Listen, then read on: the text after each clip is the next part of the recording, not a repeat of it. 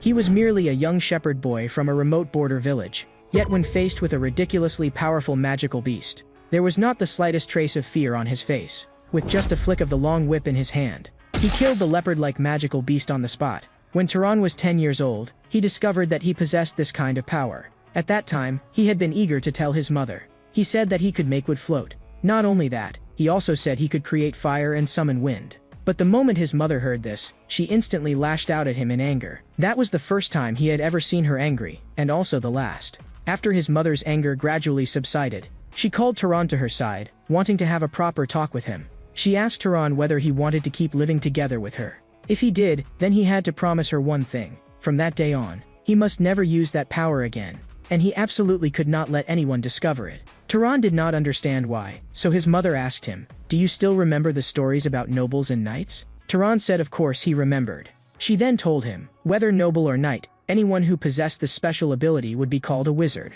But nobles and knights were different in essence. Nobles were descendants of the holy people, the Frans, who descended upon the world to save the humans of the old age. As for knights, they were descendants of nobles whose bloodline had mixed with that of humans. So even though they were all wizards, people would still treat nobles and knights separately. And that was exactly why she had to tell Tehran why he could not use this power. Because he had inherited his father's knightly power. Outside this town, there were many evil nobles who would treat knights as slaves. So you must remember, you must never let anyone know that you are a wizard. You can promise me that, right? From that day on, for a full 8 years, Tehran kept the promise he had made to his mother. But one day, a young man from the village came running to tell the elder. A monster had recently appeared on the edge of the village. That monster was wrapped in pitch-black shadow from head to toe, like a leopard as large as a house. The villagers were all uneasy, but the village chief had already gone into the city to bring back a wizard. As long as the chief brought a wizard back, that monster would surely be subdued. After hearing this, the elder reminded them, "You all must be more careful. Without a wizard, it was almost impossible to kill a monster." The young man replied, "The villagers had already been warned, but not him yet." The elder froze for a moment. "Who is the him you mean?" The young man then told the elder. It was Tehran, the shepherd living on Mount Hizaron. At that moment, Tehran was lying on a lush green grassy slope, staring boredly at the pale blue sky. The same scenery, the same life day after day. If things went on like this, he would soon forget how to even open his mouth and speak. Just as the boredom was giving him a headache, a voice came, "Poor little brat. The sun hasn't even set yet, and you're already lying here slacking off?" After seeing who it was, Tehran directly told him to get lost. "Don't block my sunlight." The man said irritably that Tehran had no manners. "Are you still holding a grudge over what happened back then?" "What happened back then?" Tehran asked coldly. "You mean when my mother died and you tried to secretly turn my sheep into public property?" The man coughed dryly twice and did not argue. Tehran continued, "If that's what you mean, then yes. I'm not that generous. I won't share what my mother left behind with anyone else. Besides, we're not close enough to exchange greetings. Why did you come here? Say it and leave." These words made the old man want to scold Tehran on the spot. But Tehran's cold gaze cut him off abruptly. The old man averted his eyes, deliberately avoiding Tehran's stare. He told Tehran that a monster had appeared near the village. It was said to be a leopard as large as a house, and Rop was the one who had discovered it. After hearing this, Tehran showed no fear at all. He merely stroked the lamb in front of him and said that it really was troublesome.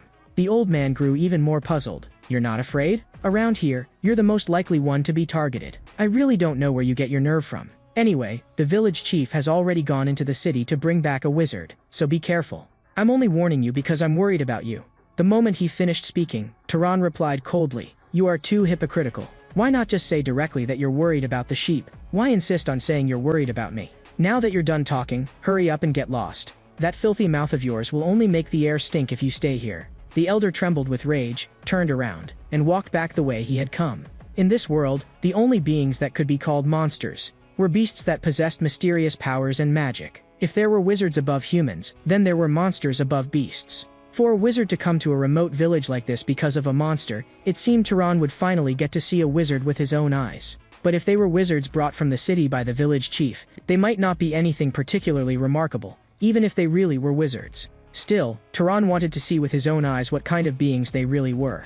And at that very moment, Tehran's keen nose caught a scent. This smell, it was blood. Tehran immediately followed the scent of blood. When he reached the source of the smell, he saw that the old man who had spoken with him just now was already dead. He had clearly come to warn Tehran to be careful, yet he himself had been attacked first. Judging from the wound, this was definitely not something an ordinary beast could have done. Then it could only be the monster he had spoken of. Turan suddenly sensed movement all around him. As that movement drew closer, he saw with his own eyes the leopard-like monster the old man had described, huge as a house. At the same time, a child at home asked his father, "Can the grown-ups really not defeat that monster?" His father answered, "That's right. If ordinary people like us rush at it, I'm afraid not even our bones would be found again."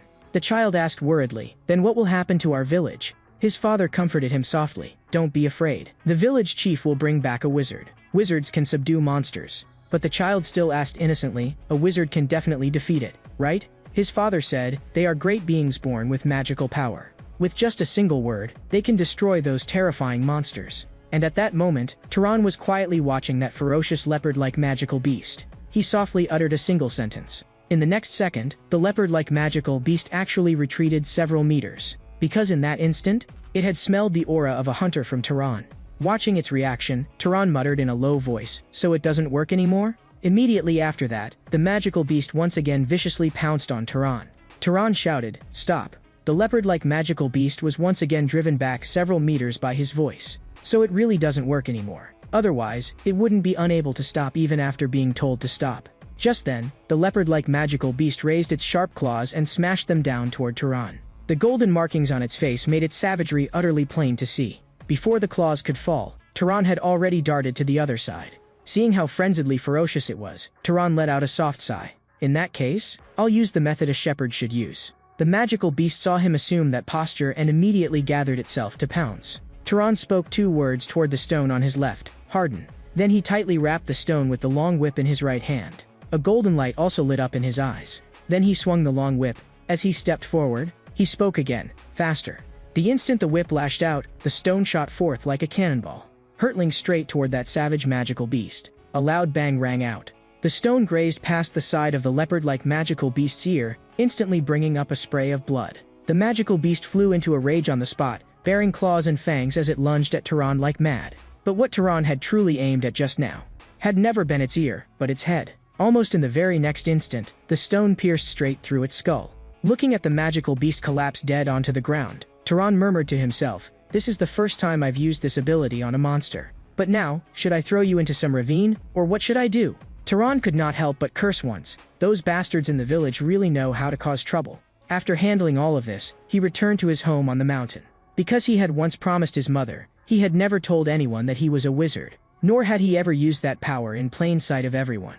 Just as he was about to rest, there was a sudden urgent knock at the door. The person outside shouted his name while pounding on it. Turan had only just pulled the door open when he saw a group of villagers staring at him with fierce looks. It turned out they had come to ask about the old man who had gone to see Turan earlier. He let out a yawn and asked indifferently, "Are you trying to say that I killed Rabus?" Before he could even finish speaking, the burly man at the front grabbed him by the collar, glared at him, and roared, "Yes, it was you, you damned bastard. You harmed that innocent old man and even threw him to the monster as food." Turan was silent for a moment before speaking.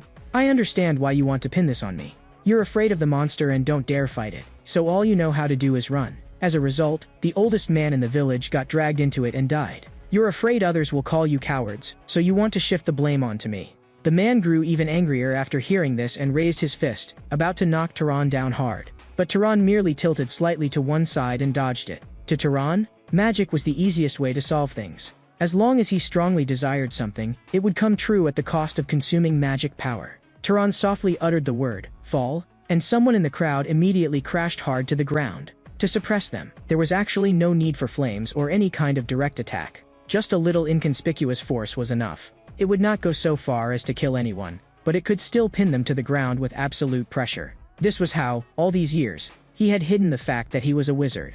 Looking at the people sprawled all over the ground, Turan let out a long sigh. If only you had used this energy at Braza's funeral. He then turned and asked the group of women beside them, "Did you come to fight too?" They hurriedly explained that they had not. They had only come to see him. Turan was silent for a while, then told them to take these people back. After dealing with all these annoying matters, he finally prepared to take off his clothes and rest. Turan knew very well that after that commotion just now, the village would definitely become even more chaotic. When he went down the mountain to trade, they would surely take the chance to extort him. But it did not matter. At worst, he would just beat them until they were willing to offer a fair price. Just then, a voice interrupted Turan's thoughts. Turan muttered under his breath, "Are those people crazy? They've come back to pick a fight again so soon."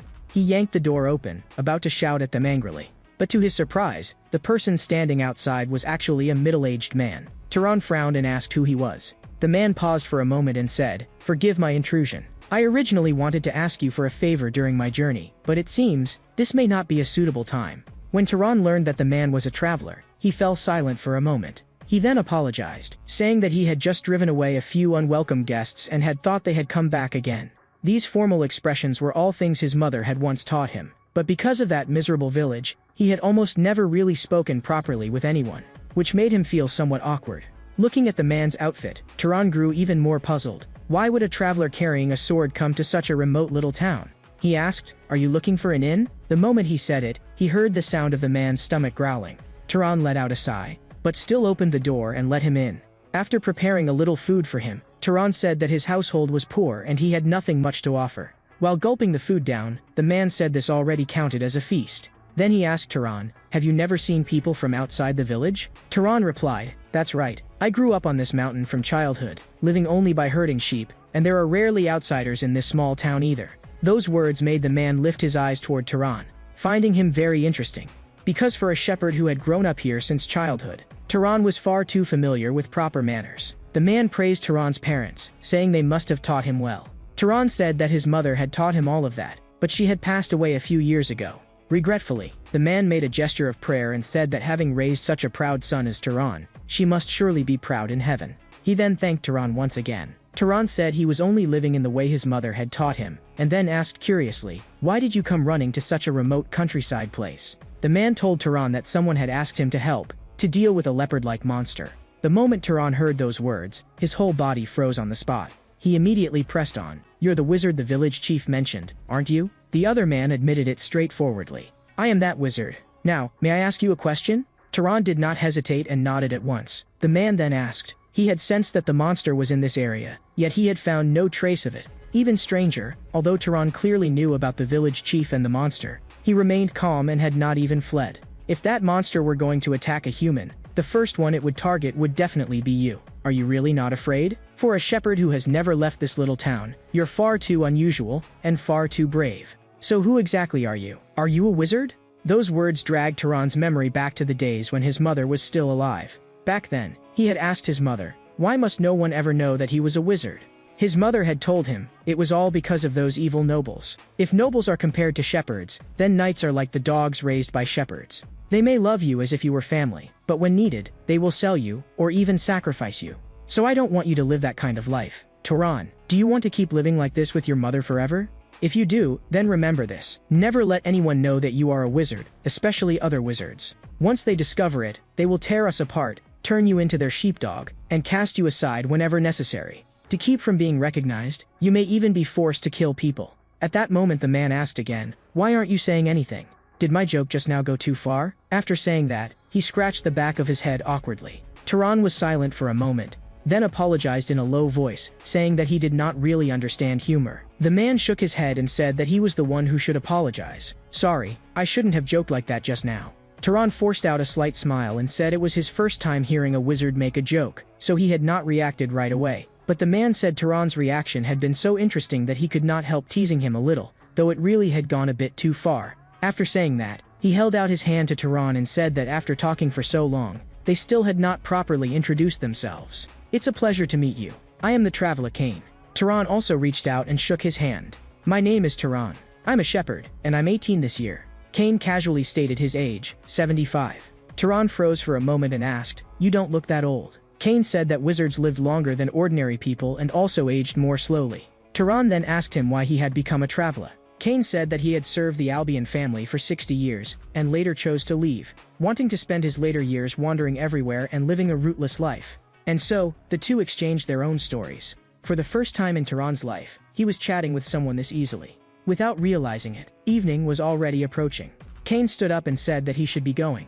He reached out and placed a silver coin on the dining table, saying it was an Arab silver coin, one of the purest silver coins, and more than enough to pay for the meal. Tehran also stood and thanked him. "May your hunt go smoothly in every way." Cain walked to the door, then turned back and told Tehran that he would probably be staying here for the next few days, so he might come by again to mooch a few more meals. A few days later, as usual, Tehran drove the flock up to the hillside to graze, and once they had eaten and drunk their fill, he shouted, "Gather." At once, the sheep all around raised their heads and moved toward Tehran.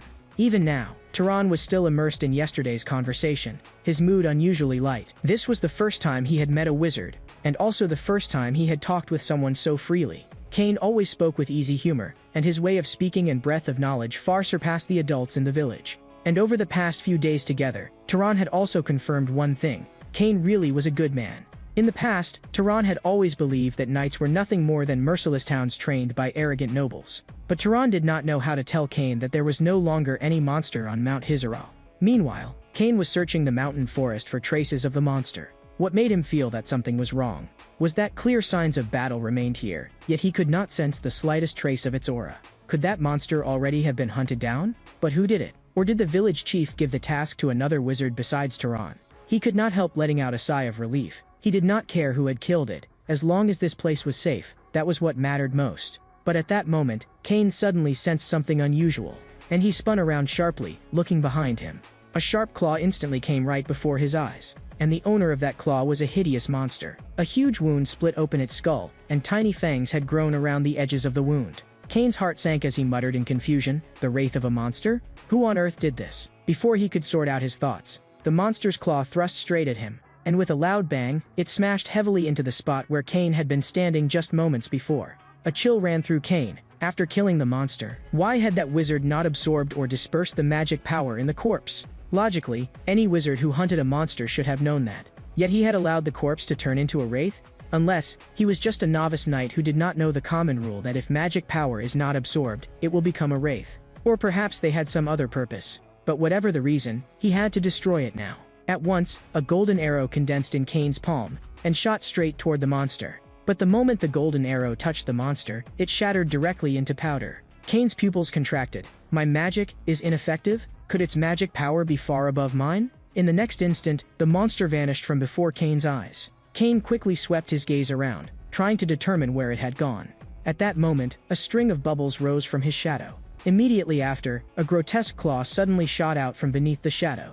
At the very instant the claw was about to hit him, Cain barely reacted in time and narrowly dodged it.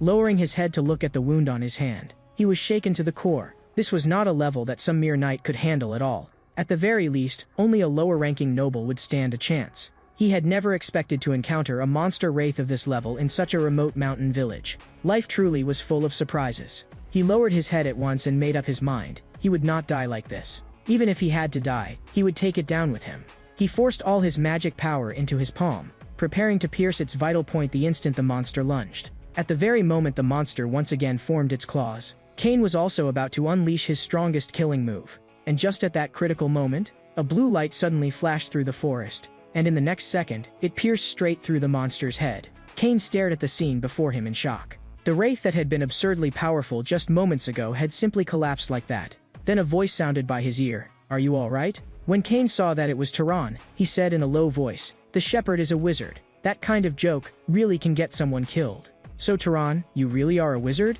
As he reeled in the whip in his hand, Tehran calmly admitted it. Cain frowned and asked why he had not told him earlier. Seeing Tehran remain silent, Cain changed his words. "Then let me ask a different question. Why did you save me just now? You could have just walked away." Tehran muttered quietly, "Maybe, because I'm kind." He remembered that earlier conversation he had had with Cain. Back then, Tehran had asked Cain why he would go so far. With his abilities, earning much more money would have been effortless, so why had he still agreed to come hunt the monster for the village chief? Cain had smiled. Because they are pitiful people, living in such a remote place, without even basic protection. How could they not be pitiful? Hearing that, Tehran had replied, "But that's not your fault." Yet Cain had said, "Mages are born inheriting the power of the gods, so they ought to protect those who are unarmed." Of course, not all mages think that way, but in his view, every person ought to have their own beliefs and their own way of living. So Tehran repeated the words, "Every person ought to have their own beliefs and their own way of living."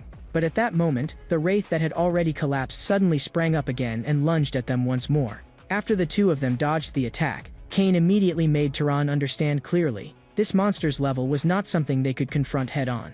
Unless one was a noble, no one could face it directly. He told Tehran to notify the village chief and evacuate the villagers at once. As for himself, he would stay here and hold it off. He knew he was overreaching, and he had no idea how long he could last, but he still chose to stand his ground. Tehran said only one thing, "It's all right." After saying that, he activated the magic power within him.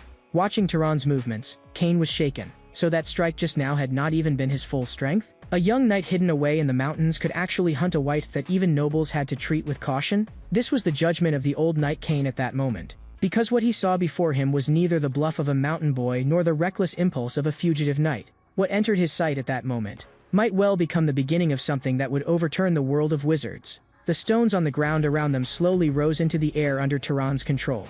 At that moment, Tehran wanted to confirm only one thing. Where exactly was his limit? Cain beside him no longer hesitated either. He said he could not let Tehran fight alone. No matter how great his talent, that thing was extremely difficult to deal with. They had to join forces if they wanted any chance of winning. But with a loud bang, Cain realized that he would only get in the way. He had not even had time to react to that last move. Realizing that he could not help, Cain made an important decision. To let Tehran's talent fully bloom at this very moment. While Tehran kept dodging the Wraith's attacks, Cain shouted, "A Wraith can't be killed by physical attacks." Tehran immediately pressed, "Then what should I use?" Cain answered, "Fire, or lightning." No sooner had he spoken than Tehran formed a mass of flame on the Wraith's body, but the fire failed to stir even the slightest effect. Tehran said in a low voice, "This is completely useless." Only then did Cain realize that Tehran did not even understand the most basic common knowledge of wizards. At that moment, a terrifying suspicion flashed through Cain's mind. Could this Wraith have been left behind after Tehran killed the monster? If so, that would mean Tehran had never absorbed any magic power in his entire life. Cain immediately told Tehran, "Don't let the fire cling to its body first. Compress the flames into a ball, then shoot it out." In the next second, a small fireball formed in Tehran's palm. Tehran raised his hand and pointed toward the sky, and the small fireball suddenly began spinning faster. Then he stepped forward with his left foot, and hurled the fireball fiercely at the monster with his right hand. With a bang, the Wraith's entire body instantly burst into roaring flames. From not far away, Cain immediately shouted, "Don't relax, keep pouring in magic power, and burn this Wraith until not a trace of it remains." Tehran did as he said, letting the blazing fire continue devouring its form. Watching this, Cain finally let out a breath of relief. They had won.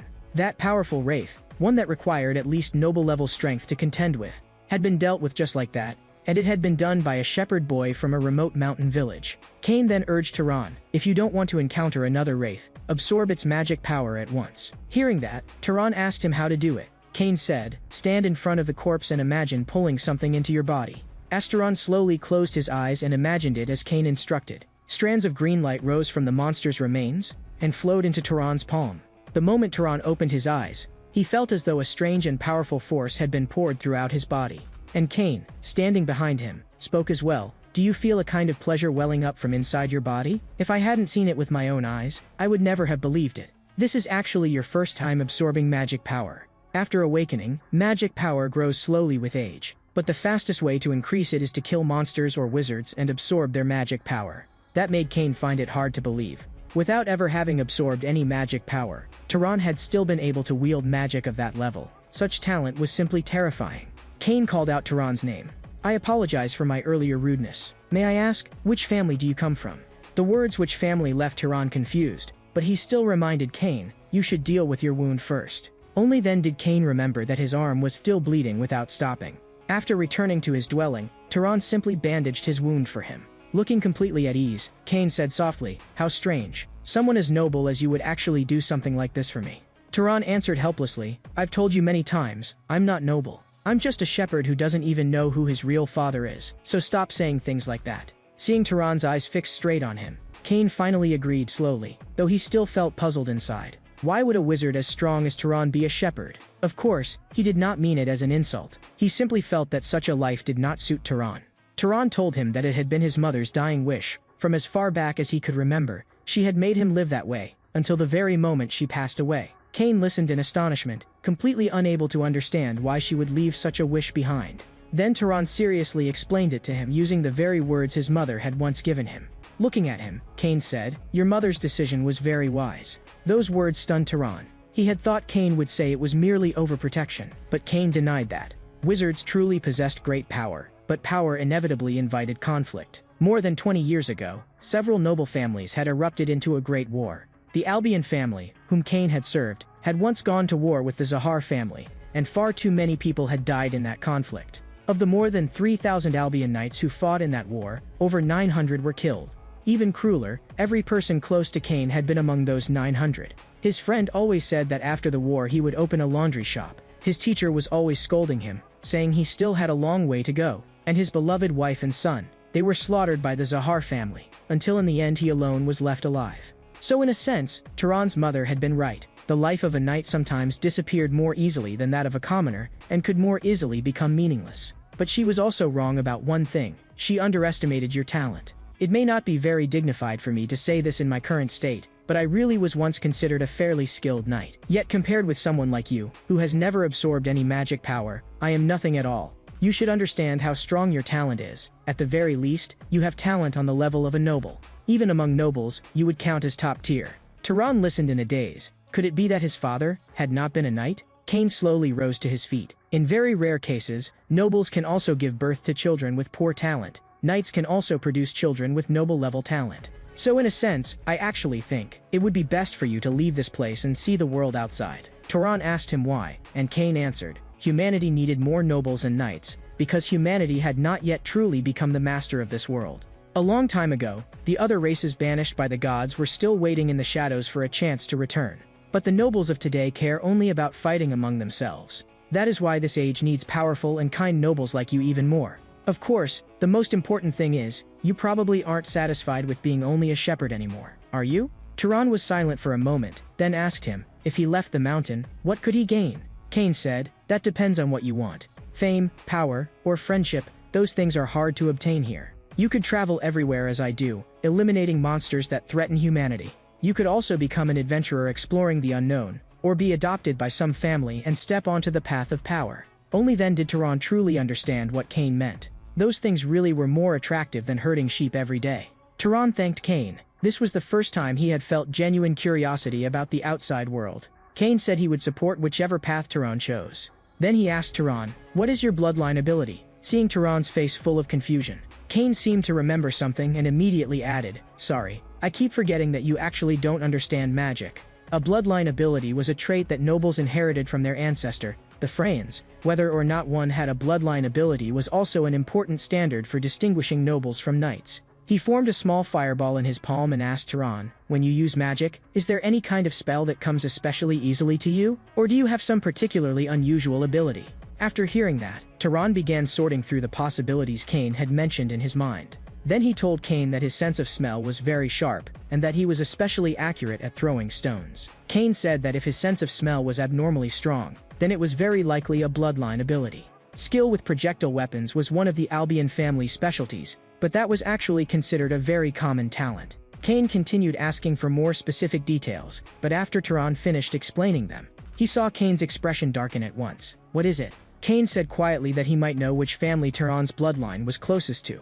It was a powerful family, known as pursuers, and also as hunters, Zahar. It was also the same family that had once slaughtered the Albion family in war. Those words left Turan frozen on the spot. He had never imagined that his family was actually Zahar, the very family that had killed all of Cain's loved ones. For a moment, Turan did not know what he should say to Cain. Should he apologize? But those acts had been committed by relatives he had never even met. To him, they were almost the crimes of strangers. Cain suddenly spoke. Turan, you don't need to make that kind of face. You did not personally take part in that war. Turan understood what Cain meant, yet still did not know how to respond. Cain put on his usual restrained smile again and said that this was the predicament of adults. If people always wanted to wash blood with blood and repay hatred with hatred, then conflict would never end. Turan asked Cain, then regarding his wanting to go down the mountain, did Cain feel no regret? Cain patted Turan on the shoulder and said, if you go down the mountain and pursue power, then in the end you will very likely join the Zahar family. Someone with your talent is bound to attract attention.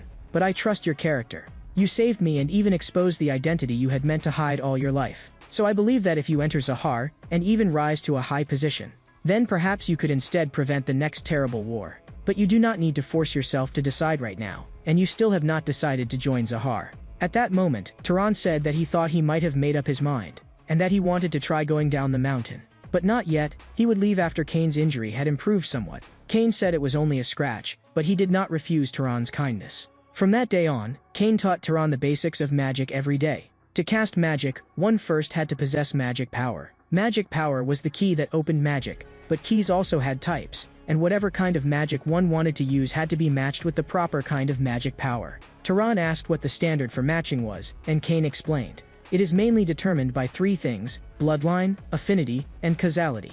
The first is bloodline. It depends on the blood you are born with, and this applies to most nobles who are not knights. For example, it would be difficult for you to heal my wound. But for someone of the Southern La Vista bloodline, even without training, it would be easy. That is the power brought by bloodline. After hearing that, Tehran asked at once, then what about the second one, affinity? Cain stood up and said that affinity could be understood as proficiency. As for the last one, and the most important one, causality, even Cain himself did not fully understand it. If you tried to use magic power directly to kill me, what would happen? Tehran said probably some light would appear over his head, and then nothing would happen. Cain placed his palm on a cup and said that this was exactly what it meant to lack causality. When the result you want has no corresponding cause, or the goal you want to achieve is too difficult, this kind of thing happens. These explanations made Tehran understand many things at once, and he told Cain that he thought he roughly understood what causality was. If Tehran wanted to kill Cain, then rather than spending magic power to wish for death, it would be better to provide a concrete cause, such as burning Cain to death with fire. Cain could not help praising him. To learn causality this quickly, such talent was well suited to becoming a scholar. Then Tehran asked, if he could control ordinary animals freely, what conditions would be needed to control magical beasts? And so, they kept discussing and reasoning things through. Tehran had never expected learning magic to be so difficult. An outstanding wizard not only had to know how to use magic power, but also had to understand the principles behind it, and know when to use it and how to use it. Remembering something, Tehran asked Cain again, did the Zahar bloodline also have special magic? Cain did not hesitate, and directly said that it specialized in stealth and tracking. Then told Tehran to try it right away. Tehran closed his eyes and imagined inwardly, as if suppressing even his breathing, not being seen, making no sound, and leaving no detectable scent. In the next second, Tehran's figure began to fade, and vanished from before Cain's eyes on the spot. Cain spoke to confirm it, you succeeded. I can't see you now. After a while, Tehran's figure gradually reappeared. Cain could not help murmuring, this ability is still just as dreaded. During the war, it was what Albion knights feared most. It is indeed powerful, but remember, it is not invincible. Now, I will teach you some ways to train your magic. Tehran, however, asked him, why are you teaching so much to a wizard from an enemy family? Cain said it was because Tehran had saved his life and treated his wounds. Most importantly, Cain trusted Tehran's character. Not long after, when the village chief learned that Tehran was going to sell off his flock and leave the village, he was stunned. He questioned Tehran. Why had he made such a decision on his own without discussing it with them? If Tehran left, who would herd the sheep in the future? Tehran replied directly, they could just find another shepherd themselves. What did it have to do with the village if he was dealing with his own property? In any case, I will only accept a fair price. If you refuse to buy, then I will release all the sheep and leave. You can go catch them yourselves, but I guarantee that it will be a lot of trouble. The village chief knew very well that Tehran was the sort of person who always did exactly what he said.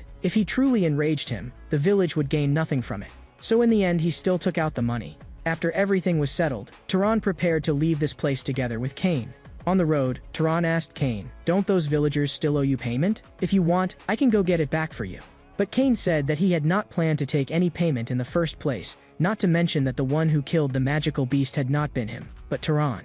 We'll part here. Sorry, but I refuse to travel with you. I'm more used to going alone. Looking at him, Tehran said, it's all right. I should be the one thanking you for your guidance instead. Cain smiled warmly and told Tehran to take care on the journey. Tehran also told him to take care, and said he hoped they would meet again someday. And so, the boy kept watching Cain's departing figure as he went farther and farther away. Only much later did he understand why he had respected the old knight so deeply. Even though his mother had never failed to give him love, deep in the boy's heart, he had still longed for someone who could appear like a father. A few days after parting with Cain, Tehran, traveling alone, entered a desolate wasteland. The air was full of fine sand, and his field of vision was being swallowed away bit by bit. At that moment, Tehran saw a group of peddlers traveling from village to village, so he decided to go over and ask for directions. He walked up and asked directly, how do I get to the nearest city? The old man at the front told him, if he kept following the road they had come from, he would reach a city called Murray. After memorizing the direction, Tehran thanked him. But before he had even taken 2 steps away, the group called out to stop him. You think you can just leave after asking for directions? Don't you plan to give us something in return? As soon as those words fell, several of them drew their swords at the same time, forcing Tehran to put down the bulging pack on his back. Tehran frowned. Are you robbing me? The leader sneered, robbing you? Yes. This is the wasteland. Nobody cares if a few people die here. We're still willing to talk nicely for now, so take off the bag. Don't force us to kill you first and strip it off afterward. That would be more troublesome and bloodier. Turan's eyes instantly turned cold. He remembered the magical principles Cain had taught him, and instead showed a faint smile. "You want to use me for practice?" Those words brought out a burst of laughter. "Listen to this lunatic. He really thinks he's some wizard." Turan raised his palm, and the moment he uttered the word wind, several bodies were lifted straight into the air. Turan thought to himself, Cain was right, giving magic a clear cause could greatly reduce consumption. With just a little magic power, he could create such powerful wind pressure. He then uncorked his water skin and drew the water out with magic, forcibly enlarging, compressing, and solidifying it into a mass. In the next second, several ice spikes formed around Turan. The bandits' faces turned pale with terror when they saw this. But before they could even flee, the ice spikes had already pierced their bodies. Just as Turan was about to keep attacking, the bandit leader hurriedly begged for mercy, saying they had not known Turan was a wizard and pleading for him to spare their lives. But before he had even finished speaking, one of his accomplices, clutching a weapon, launched a sneak attack on Turan from the side. Turan lightly raised his right foot, then stomped down hard, and several earthen spikes shot up instantly from the ground, piercing straight through their bodies. The bandit leader stared in utter shock. How was this possible? And just like that, it was over?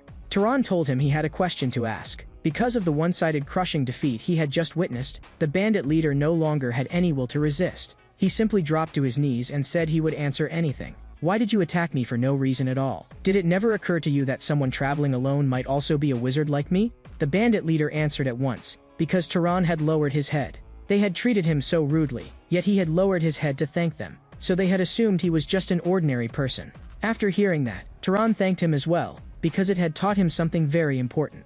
A glimmer of hope lit up in the bandit leader's eyes. "Then can you let me go?" But before he could finish speaking, he saw water droplets rapidly gathering above his head. Turan did this because Cain had once warned him. Once he set out on his journey, he would encounter all kinds of people. But when it came to vermin like bandits, he must never go soft. If he let one go today, then tomorrow 10, or even 100, good people might die because of them. So Turan did not hesitate and killed him directly. After that, he continued onward along the tracks left by the wagon. The boy's heart was in chaos at that moment, because he had killed people. He felt guilty, but he could not let those people go. Cain's warning kept echoing in his mind. A swarm of vermin willing to rob and kill for profit could turn their blades on the next passerby at any moment. The wagon tracks stretched across the sand, then were slowly swallowed by weeds. As Turan recalled Cain's teachings, the turmoil in his heart gradually calmed. Then, he stepped into a brand new world. Turan was stunned. So the Murray the bandit leader had spoken of was actually the city before his eyes. He looked around curiously. This was the first time he had seen so many people gathered in one place, and the buildings here were nothing like the ones in the village. The unfamiliar surroundings left Turan unsure where to go next for a moment. Soon he remembered Cain's words. If you want to rest in an unfamiliar place, look for an inn. Whether in a village or a city, there would always be one. So Turan turned and asked the fruit vendor at the nearby stall. At first, the vendor politely asked what he wanted to buy, but the moment he heard that Turan was only asking for directions, his attitude changed at once and he told him not to block the stall if he was not buying anything. Turan did not understand it at all. Why be so rude? Did the city have a rule that you had to buy fruit before asking a question? So Turan pointed at an apple nearby and asked, "How much is this?" Only when he saw Turan take out coins did the vendor's tone soften. "You look like an outsider. What do you want to ask?" Turan placed a silver coin in his hand and asked where he could find an inn. The man said to go straight along the road behind the cloak shop, then turn left, and he would see a building with a blue roof, which was the largest inn in the city. Turan entered the inn and met one of the staff there, Lena, who welcomed him with a smile. Turan asked how much it cost to stay one night. Lena clasped her hands together and said brightly, 16 dublins. After confirming the price, Turan paid. Then he asked her whether there were any monster bounties nearby. He asked this because he needed to hunt monsters and absorb magic power, and Cain had also told him that taking bounties not only made one stronger, but also earned money. Seeing Lena remain silent, Turan asked again. But Lena calmly said, "Sir, there is nothing in this world for free." Turan immediately handed her a few more coins. Only then did Lena tell him, if he wanted to take bounties, he should go to City Hall. That place handled all kinds of public affairs, and the staff there were all employed by the city lord. But the sun has already set, so it's probably closed by now. If you want to take monster bounties, go tomorrow. Lena then asked curiously, "Are you a monster hunter too?" But Turan had no idea what monster hunter meant. So Lena explained, "Some people say that ordinary people can become wizards as long as they kill monsters. Are you trying to become a wizard too? Though most of that is probably just a lie." At that moment, a hand rested on Turan's shoulder. A man spoke. The rumor was not false, Becoming a wizard by killing monsters was absolutely real, and he had seen it with his own eyes. Lena looked at him in surprise. "Midden, you're actually still alive?" Midden answered, "Didn't I say so? Until I become a wizard, I won't die." Taran brushed his hand aside and asked directly, "If an ordinary person kills a monster, can he really become a wizard?" Midden told him, "For a wizard to grow stronger, he had to kill monsters. Likewise, if ordinary people killed monsters, they too could become wizards. And the four of them were hunting monsters for exactly that reason, to become powerful wizards." Taran pressed further, "Had anyone succeeded yet?" Midden scoffed, "How could that be possible? In this city, only the Lord and his 3 subordinates were wizards. And besides, you say you want to hunt monsters? With equipment like that on you? That's way too shabby." Taran did not argue, because what the man said was indeed true. The only weapon he had that looked halfway decent was a slingshot, and at most it could only hit something about the size of an egg. Even so, Midden still invited him, saying their team was short one shooter. If Taran was willing, he could go hunting with them. But Taran refused directly, because he had no reason at all to have to go with them. After lying down on the bed, Taran thought back on the day's experiences. The outside world really was chaotic. Even now, he still could not quite believe that he had already left the village. And perhaps because of that, he felt even more curious about what would come next. Just then, he heard a knock outside the door. Taran sat up on the bed and asked, "Who is it?" Before parting, Cain had reminded him that even while staying at an inn, he must never let down his guard. A city was not absolutely safe either. So Cain had repeatedly warned Taran to act carefully. Not daring to be careless, Taran secretly gathered magic power in his left hand and reached for the door with his right. The moment the door opened, he saw that the person outside was actually Lena from earlier that day.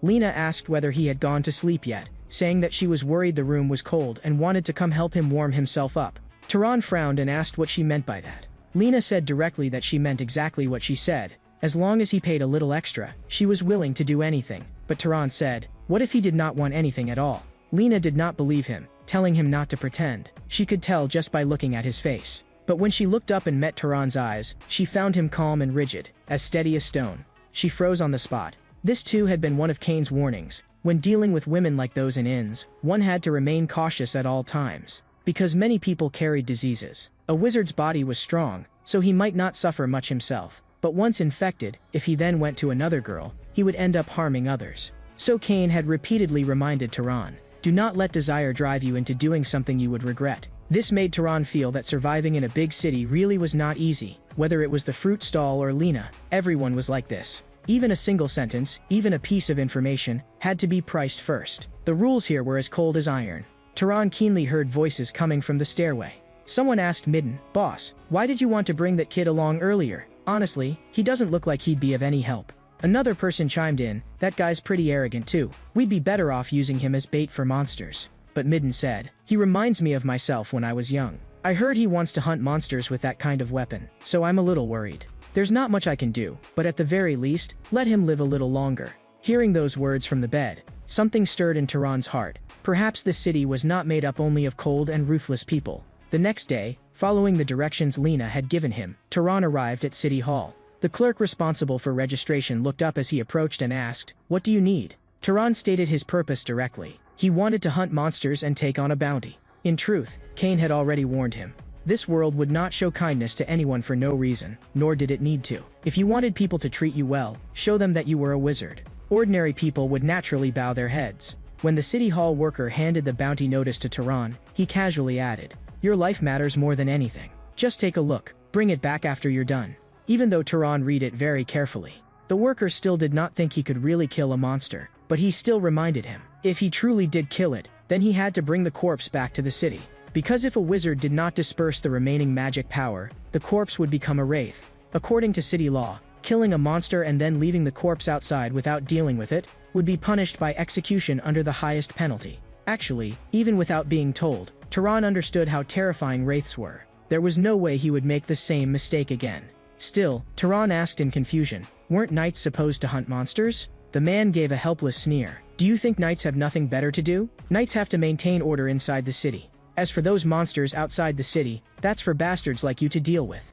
Watching Taran's figure slowly walk away, he muttered under his breath, "He's gone? Looks like there'll be another corpse outside the city." Not long afterward, Taran brought the monster from the bounty straight back. The worker looked utterly incredulous. "Impossible. How could this happen? How did you bring it back so quickly? Did you really kill this by yourself?" Tehran nodded calmly, then asked how he was supposed to collect the reward. Another clerk immediately ran to the counter, took out the reward money for the three-legged crow, and stuffed it into Tehran's hand. But even after paying him, they still stared at the nearly intact monster corpse, their eyes full of disbelief. When they saw that Tehran had not left, they instead wondered why he was still standing there. So Tehran asked whether there were any other monster bounties. They stared at him in shock. "You still want to keep hunting?" A few days later, Lena was so excited she seemed like a different person, laying out a whole feast for Tehran. She could never have imagined that someone like Tehran could kill 30 monsters in just 3 days. "You must have made a lot of money, right?" But Tehran said money was not his only goal. More precisely, what he wanted was the monster's magic power, and because of that magic power, he had grown stronger. Compared with when he first met Cain, his magic power had surged several times over. Tehran looked at his own palm, and he knew very clearly that he had reached a critical point. If he kept farming those weak monsters, it would probably be hard for him to grow any stronger. At that moment, Lena's cheeks flushed red, as if she wanted to say something to Tehran. But when she looked up, she realized that almost all the food on the table had already been eaten by him. Tehran looked lean, but his appetite was astonishingly large, and even the cook was pleased to be feeding him. It had been a long time since he had made so many dishes. Just as Tehran had finished eating and was about to return to his room, a large hand suddenly grabbed the back of his collar. The man lowered his head and stared at Tehran. "Eating that fast? I hear you've made a lot lately. How about taking it out and sharing it with everyone?" Before he had even finished speaking, Tehran raised his hand and struck him across the face with a chop of his palm. The man screamed on the spot. Tehran stared at them. "Didn't you want money? Then come and take it." Another man swung a fist at Tehran and cursed him for getting carried away. Tehran twisted aside to dodge it, then answered with a heavy punch that drove the man backward. The first man was completely enraged and grabbed a stool, about to smash Tehran flat with it. But before the stool could come down, Tehran reached out and blocked it firmly. Then Tehran made a flicking motion with his left hand, and with a single flick to the forehead, he sent both the stool and the man flying away together. At that very moment, Lena shrieked, "No fighting in the inn." The arriving Midden immediately apologized to Tehran. "I've already taught those two a harsh lesson. I guarantee it won't happen again. We've really been short on money lately. When they saw you, they probably got jealous." After saying that, Midden told the two men to come over and apologize. Tehran asked him, "Was the situation really that bad?" Midden said they were only short of money for the moment, but in another 3 days, they might not even be able to afford the inn fees. After hearing that, Tehran almost did not hesitate at all and directly took out a bag of coins and handed it to Midden. Midden was stunned and asked why Tehran was doing this. Tehran explained, this was to repay his earlier kindness. At the time, Midden had said he was worried about Tehran's safety and wanted to take him along. He was just about to ask how Tehran knew that, but Tehran cut him off. "There is nothing free in this world. If you take the money, then give me information." Midden nodded at once and said that gathering information was exactly his specialty, and that he would tell Tehran everything he knew. A few more days passed. Tehran planned to leave Murray after this hunt was over. Because Midden had given him information about the next city, it was about time for Tehran to set out, and that information was even more valuable than Tehran had expected. In the end, Midden really was a good man. Though not as seasoned as Cain, he was purer for that very reason, and more willing to show his kindness openly. Just then, Tehran suddenly caught a scent that felt wrong. His heart sank, and he could only pray that he was overthinking it. When Tehran arrived at a tree marked with monster claw traces, he immediately swept his gaze around in vigilance. In the next second, he saw a bloodied, mangled person leaning against the trunk. Tehran frowned. Wasn't this one of Midden's companions? At that moment, he understood. His earlier worry had already come true. Looking at the corpse, which had clearly been dead for quite some time, Tehran said in a low voice, "What exactly happened here? Where is Midden?" From behind another tree trunk, a man spoke in a trembling voice. "A rabbit, it was a rabbit." Tehran immediately saw the monster rabbit in the distance gnawing on a corpse. The monster rabbit was covered in stiff, goat-like fur, and sharp fangs had grown from its ears and limbs. Tehran instantly raised his guard. In the next second, the monster rabbit charged straight at Tehran, and Tehran immediately dodged aside. Still in midair, Tehran was startled inwardly. That speed is insane. I almost got hit just now. Once his feet landed firmly, Tehran snapped out his shepherd's whip. He pulled his left foot back and assumed a stance to gather force, then raised his hand and cracked the whip through the air. Several stones instantly shot toward the rabbit, but with a few quick swipes, the monster rabbit shattered all the stones. Tehran's heart sank. Not only was it fast, its blocking was this strong too. It planted its feet and gathered force, then lunged at Tehran once again. What it did not expect, however, was that Tehran vanished from the spot on the spot. Just as the monster rabbit came to a sudden stop, Tehran suddenly appeared behind it, a short blade flashed. and stabbed straight into its neck. Then Tehran quickly retreated, using the momentum to pull back. At the very instant Tehran vanished again, the monster rabbit abruptly appeared where Tehran had just been, its claws sweeping across and tearing a tree trunk clean in half. Like something gone mad, it repeated the same pounce and rend attack over and over. The originally dense forest was torn open into a clearing within just a few breaths. Yet it still could not find any trace of Tehran, and it threw back its head with a roar, when the severe wound in its neck finally caused it to bleed without stopping, and it ultimately collapsed, convulsed, and could no longer get up. Only then did Tehran's figure slowly appear in the distance. He walked closer and observed it carefully for a moment, then extended his palm toward the corpse and fixed a single thought in his mind. Energy instantly rose from above the corpse and poured into Tehran's palm. This magic power was completely different from anything he had absorbed before. It was even far greater than that of the leopard he had first encountered. At that moment, a voice sounded by Tehran's ear. "I can't believe it, you're actually a wizard. Then why were you hiding your identity?" Tehran did not explain, and only asked with a trace of regret, "Of the four of you, is there anyone who needs me to take their belongings back to their family?" The man only had time to say no before breathing his last. Looking at Midden's corpse before him, Tehran remembered Midden once telling him that there was a great city nearby called Orem, and that it had a library. It was said to hold tens of thousands of books, but that was not a place just anyone could enter. Only wizards were allowed inside. At the time, Tehran had still been hesitating over whether he should go and see it. Now, he no longer hesitated. He was going to the great capital Midden had spoken of, Orem. That big man who had once been willing to show kindness even to a stranger had died here just like that, and Tehran felt an indescribable regret in his heart. I hope that over there, he can be happy. Having arrived in a new place, Tehran stood in line to enter the city. Once, Tehran had thought that a small city like Murray was already astonishing enough. But now, the city before him left him utterly speechless. This was the great capital, Orem. Here, one had to queue even to enter the city, and the crowd was overwhelming. He looked toward the guards at the gate, who were checking wanted posters one by one. Tehran's heart sank. As expected of the great capital, even its rules felt suffocating. But when it was finally Tehran's turn, the guard raised a hand and stopped him. Frowning, the guard said he had never seen clothes this filthy, and told Tehran to clean himself up before entering the city. After quite a while, Tehran finally entered Orem, and also found the library Midden had mentioned. The magnificent building before him made Tehran instinctively wonder, was this thing built with magic? He saw the guard at the main entrance, so he went up and explained that he wanted to go inside, but the guard coldly replied that this was a library only wizards could enter. Tehran immediately explained that he himself was a wizard. But the guard did not believe him at all, and sternly demanded, "How could someone like you possibly be a wizard? If you dare impersonate a wizard, I absolutely won't let you off." As soon as the words fell, a mass of red magic power rose in his palm. Tehran merely lifted his gaze, and an even stronger pressure spread directly from his body. The guard's face turned deathly pale in an instant, and in the next second he collapsed to the ground, while another guard beside him hurriedly asked what was wrong. Only then did that guard realize that the person before him was no ordinary wizard. This was noble level, perhaps even higher. Terrified, he got to his feet and immediately bowed respectfully. "I am a knight of the Kenuada's family. May I ask which family your excellency comes from?" Tehran asked in return, "If I don't state my family, am I not allowed in?" The other man hurriedly said that was unnecessary, but to use the library, he still needed permission from the master of Voltas. But what Tehran had not expected was this: what had sounded like a simple process when called permission turned out, in practice, to be far beyond anything he had imagined. Unused to being attended to, he could not help turning to them and saying, "You can stop now. I can wash myself." The maids, however, trembled in fear and said that if they failed to serve him properly, they would be severely punished. Tehran could only nod awkwardly in agreement. Before long, the maids who had been attending him revealed stunned expressions. Tehran asked them, "Is there something on my face?" They hurriedly explained, "It is because Milord is too handsome. We lost ourselves for a moment. Please forgive us." Tehran did not put on airs, and immediately told them not to mind it. Just then, a door in the distance opened, and two figures walked toward Tehran. The petite girl in front looked him up and down and said, "So you're the guest who looked like a beggar? Now that you've cleaned up, you really do look a bit like a prince." Tehran introduced himself first. Hearing that, the other party gave her own name as well, Angela.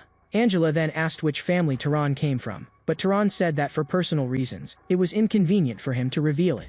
A trace of regret flashed through her eyes, and she thought, so he was hiding his identity? Then she might as well make a little joke of it. In the next second, a powerful surge of magic power burst from her body. She simply wanted to test just how deep Tehran's magic power really ran. But almost in that very instant, an equally matched force rose from around Tehran as well. Angela's guard immediately stepped in front of the maids, as though facing a great enemy. When both auras withdrew at the same time, Tehran let out a helpless sigh. But Angela let out a short cry of surprise. She could hardly believe it, even after a long moment. Her hand was still trembling. Angela then smiled and stared at Tehran as she asked, "Will you marry me?" Tehran froze on the spot. With blatant mischief in her expression, Angela added, "Just kidding. Why are you making that face?" The guard beside her looked deeply helpless. But she still tossed out one more line, telling Tehran to seriously consider it, since the place beside her was still empty. After saying that, she turned and left. As her figure went farther and farther away, Tehran slowly lowered his eyes. His hand, too, was trembling slightly. So Angela's magic power really was on par with his, but whether that was normal or not, he had no answer. Not long afterward, Tehran was led to meet the Lord of Aurum, Rug Voltos. Rug clearly already knew why he had come, and first only asked his name. After Tehran briefly introduced himself, Rug bluntly declared, "Lately, many people have heard strange rumors and rushed to Aurum all at once. But the truth is, there are no ancient forbidden arts in the library, nor any secret that can make your magic power surge." Tehran said he did not mind. Seeing how calm his attitude was, Rug nodded in agreement. However, Rug said it was too late today, so Tehran should rest first and enter the library tomorrow. The next day, the two guards responsible for protecting the library respectfully invited Tehran inside. As the great doors slowly opened, the moment Tehran raised his eyes, he saw the most breathtaking sight of his life. At the center of the tower-like library, a staircase spiraled upward in winding turns, as if it had no end. It passed through layer after layer of bookshelves, beyond piles of tomes stacked like mountains, all the way to the beam of light pouring down from the dome above. Tehran could not help murmuring in admiration. So this is what a library is. Just then, a voice sounded beside him. "I'm very pleased to meet you. I am the librarian here. The Lord has already informed me, and I am responsible for telling you the rules here." Tehran frowned slightly. How could a little child be the librarian? She continued anyway, saying the rules were simple, only two. First, if anything is damaged, you must pay for it at full value. Second, no books may be borrowed out. So while you are in the library, I will be watching you the whole time. Seeing how serious her tone was, Tehran agreed without hesitation. "But when I'm reading, could you stand a little farther away? I'll feel uncomfortable. Also, since you're the librarian, you must have read all the books here, right?" She immediately replied with confidence, "Finding books is my specialty. Whatever you want, you can ask me." "So what kind of book do you want? Romance? History? Or are you too young and looking for something erotic?" Tehran was silent for a moment, then told her that he wanted to start with the most basic knowledge of the world. Not long afterward, she brought Tehran a large pile of books. She said that many of these books were several hundred years old, and she was not sure whether they were the most suitable, but this batch should be of some help. Tehran thanked her, then casually pulled one book from the pile. As his fingertips brushed across the rough cover, that smooth yet cool touch made Tehran tremble slightly. So this is what a book is.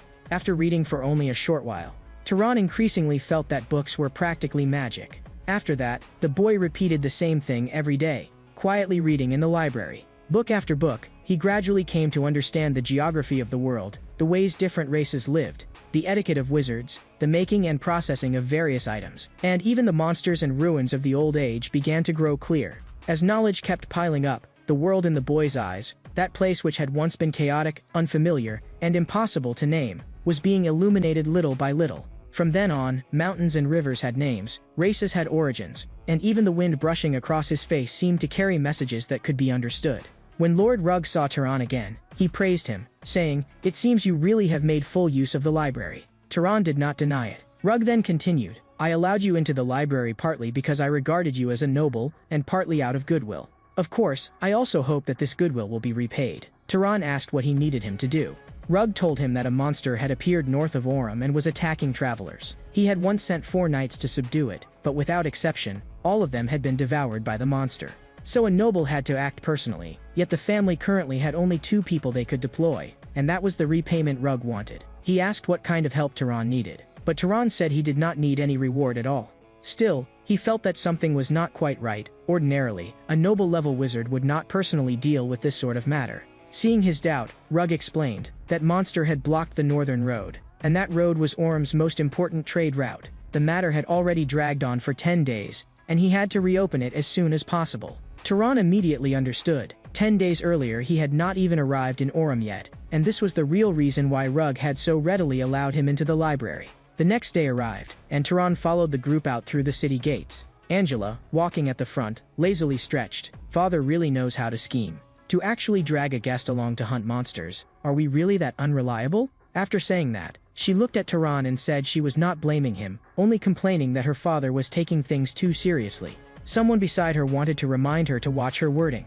Angela gave him a look, and he immediately fell silent. Then the man turned to Tehran and briefly introduced himself, saying his name was Marvin Valtos. Angela idly kicked at the stones by her feet, muttering that they should hurry up and finish this so they could go back and rest. Marvin, standing beside Tehran, suddenly asked whether Tehran was interested in his sister. When Tehran said no, Marvin smiled. Then I can rest easy. At that moment, the man scouting ahead came back with a report. When the group went over to look, they found a shadowed carriage. The scout guessed that the monster had likely left the wreckage there on purpose, just to stop anyone from going north. After observing it for a moment, Tehran identified the monster immediately from a handprint on the pile of wood. He turned back to the group and said, "It was a monkey." Angela looked confused, so Tehran pointed at the handprint, and continued explaining. After attacking the caravan, it went back into the forest. As long as we find its tracks and follow them, we'll locate it soon. Seeing that Angela and Marvin, the two wizards, hardly knew any tracking magic, Tehran picked up a piece of cloth from the wreckage and said that he could try. Angela immediately perked up and asked whether he had that bloodline. Tehran only said that he was simply better at tracking, and because he used it often, he had become familiar with it. After saying that, he held the cloth up before his nose. Almost instantly, Tehran caught the direction of the monster's scent trail. He raised his hand, pointed in one direction, and told the group to follow. Before long, when they reached a stream, Tehran spoke again. The monster had stopped here, and it had probably washed itself. Angela was shocked. Monsters would actually wash themselves to avoid being tracked? Tehran calmly replied, "It might also just have wanted to wash, so it did." Suddenly, Tehran whipped around and shouted sharply, "Watch out behind you." No sooner had the words fallen than a gigantic monkey bent low with a furious roar, and scooped up a huge handful of stones. The soldiers had not even had time to scatter. Before the stones rained into the crowd like a storm, and in an instant 7 or 8 soldiers were killed on the spot. Tehran also moved quickly through the rain of stones, dodging at speed. When the barrage briefly subsided, he immediately looked toward Angela's side. He saw that Angela and Marvin had almost simultaneously used soldiers' bodies to block the attack, then thrown those soldiers aside like trash. That sight made Tehran feel even colder inside. His mother had been right. Angela shouted for everyone to counterattack at once. The remaining soldiers raised their weapons and charged toward the giant monkey. But before the soldiers could even reach it, the giant monkey turned and ran. Angela and Marvin immediately gave chase, but the monkey was too fast, and they simply could not catch up. Just then, Angela was suddenly startled by something flying at extreme speed. It was a small stone shot from the rear of the group. It pierced straight through the giant monkey's chest. That scene made both wizards turn around at the same time. Standing in the rear was Tehran, swinging his long whip. Seeing the cold sharpness in his eyes at that moment, Angela finally fully understood. She raised her right hand and softly uttered, "Flame." The power of fire surged from her entire body into her palm.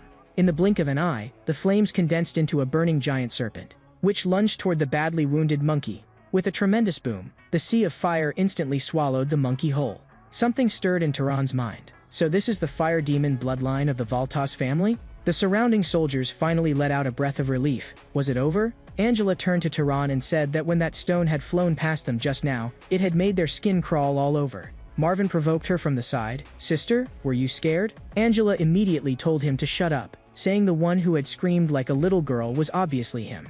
The soldiers also began resting on the spot. Just now, that round of bombardment had injured them badly, and some had even had an entire arm smashed off. Looking at that miserable scene, Tehran thought, this time, they had been lucky that there had not been even greater casualties. The only ones truly dead were the two soldiers Angela and Marvin had used as shields. Thinking of that, Tehran looked at them once more. The bodies of wizards are far stronger than those of ordinary soldiers, yet they can still use the weak as shields without a second thought. Is this what Mother kept warning me about? Marvin seemed to notice his gaze and asked what was wrong.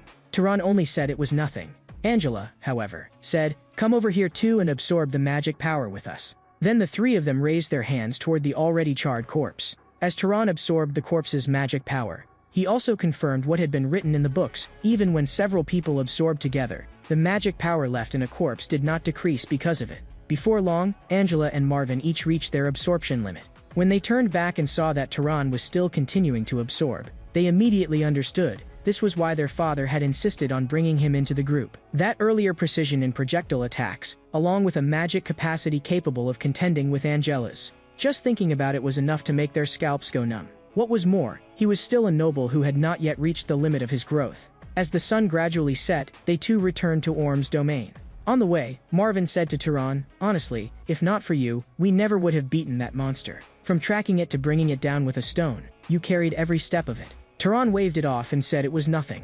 What he truly regretted was that he had noticed too late and let that thing strike first, because Turan had not expected the monster to have tracking ability as well. That made Marvin freeze on the spot. Tracking ability? What do you mean? So Turan explained, the awakened abilities of monsters could often be inferred from their outward features. The monkey they had killed had exaggeratedly large hands and red eyes, which were completely different from its original form, so it had most likely awakened the abilities of powerful throwing, as well as long-distance sight or seeing through the forest. Marvin listened in a daze. He could not believe that Turan had thought through all of this in such a short time. Turan, however, said that he had only looked up a book about monsters in the library.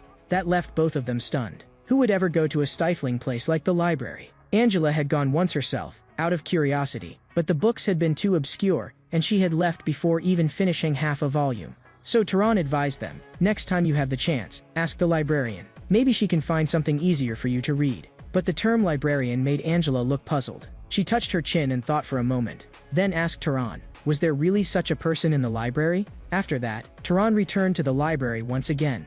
The moment he pushed the door open, the librarian excitedly cried, "Welcome back." Only then did Turan realize that he had been too careless before. Whether knight or commoner, no one would ever address a noble directly by name. In Orem, the only proper form of address was honored lord.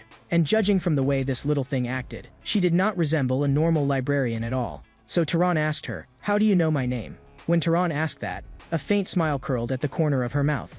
Leaning back against the edge of the desk, she asked in return, "You only just realized now?